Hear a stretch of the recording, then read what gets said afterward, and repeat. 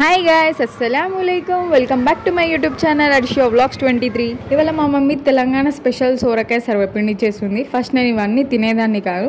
ఎప్పుడైతే మమ్మీ చేస్తుందో మమ్మీ చేతితో ఏదైనా బాగానే ఉంటుంది కదా గైస్. ఎంతమందికి ఇష్టం సోరకాయ సర్వపిండి? 10 మిర్చీస్ 2 ఆనియన్స్ అని కొన్ని వెల్లిపాయలు వేసుకొని మంచిగా పేస్ట్ చేసుకోండి. ఒక పెద్ద సోరకాయ తీసుకొని మంచిగా తురుముకోండి.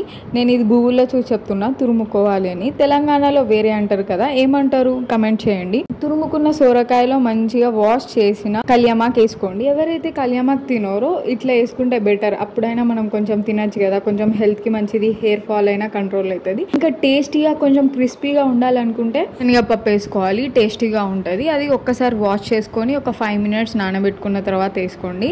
ఇంకా కొంచెం టేస్టీ క్రిస్పీనెస్ అనుకుంటే మనం నువ్వులు కూడా యాడ్ చేసుకోవచ్చు. నువ్వులు కూడా యాడ్ చేసుకోండి, బాగుంటుంది టేస్ట్ ఇంకా సూపర్గా. ఇప్పుడు సర్వపిండిని సూపర్ టేస్టీ చేయడానికి ఒక సూపర్ ఇంగ్రీడియంట్ అదేంటంటే, మనం ముందు గ్రైండ్ చేసుకున్న మిర్చి, ఆనియన్, జీలకర్ర, ఉల్లిపాయ అన్నీ వేసుకొని మంచిగా గ్రైండ్ చేసుకొని ఆ పేస్ట్ ఇందులో వేసుకోవాలి సోరకాయలో. సో అన్నీ మంచిగా కలుపుకుంటే ఇంకా టేస్టీగా ఉంటుంది. ఒక 1 టేబుల్ స్పూన్ ఆఫ్ సాల్ట్ కూడా వేసుకోండి, లేదా మీకు తగినంత సాల్ట్ వేసుకొని మంచిగా కలుపుకోండి. ఇప్పుడు మనం బియ్యపిండి వేసుకోవాలి.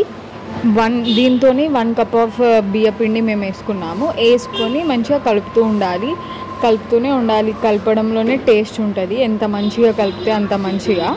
ఇందులోకి వాటర్ వేసే అవసరం లేదు, అది ఆల్రెడీ సొరకాయలో వాటర్ ఉంటుంది కాబట్టి అట్లనే మంచిగా కలుపుతుంటే దగ్గరికి అవుతుంటుంది పిండి. దాంట్లోనే ఒక 1/2 టేబుల్ స్పూన్ ఆఫ్ మిర్చి పౌడర్ వేసుకోండి. వీడియోలో చూపిస్తున్నట్టు మంచిగా అలా కలుపుకోవాలి. అంత పిండి దగ్గరికి రావాలి అన్నమాట. అన్నీ మనం ఏమేమి ఇంగ్రీడియంట్స్ వేసినామో అవన్నీ మంచిగా కలవాలి కదా. ఇంకా దీంట్లోకి ఒకవేళ అది కొంచెం లూజ్ అయింది అనుకోండి, ఇంకొంచెం బియ్యం పిండి వేసుకొని సో మంచిగా కలుపుకోవచ్చు.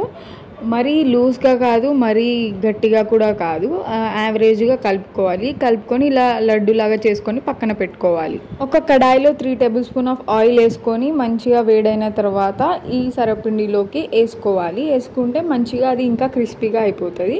ఇప్పుడు ప్రాసెస్ ఎలానో చూద్దాం. ఏదైతే ముందు పిండి కలుపుకొని లడ్డులాగా చేసుకొని పక్కకు పెట్టుకున్నామో అది ఏదైనా ఒక ప్యాన్ అన్నా లేదంటే ఏదైనా కడాయిలోనా కొంచెం లైట్గా ఆయిల్ వేసుకొని ఈ లడ్డు వేసుకొని ఈవెన్గా ప్రెస్ చేసుకోవాలి. అది కూడా ఫింగర్స్తోనే మొత్తం ఈవెన్గా ప్రెస్ చేసుకోవాలి ప్యాన్ అంతా, అంటే మరీ అంత సన్నం కాదు. మనం ఏదైతే సరపిండి పెట్టుకున్నామో దాంట్లోకి ఇప్పుడు హీట్ చేసిన ఆయిల్ వేసుకొని లో సిమ్లో పెట్టుకొని మంచిగా ఫ్రై చేసుకోవాలి, కుక్ చేసుకోవాలి. సో అప్పుడు ఈజీగా ఇంకా యమ్మీ సూపర్ టేస్టీగా ఉంటుంది సరపిండి. ఒక్కసారి మీరు ఇలా ట్రై చేయండి గాయ్, సూపర్గా ఉంటుంది.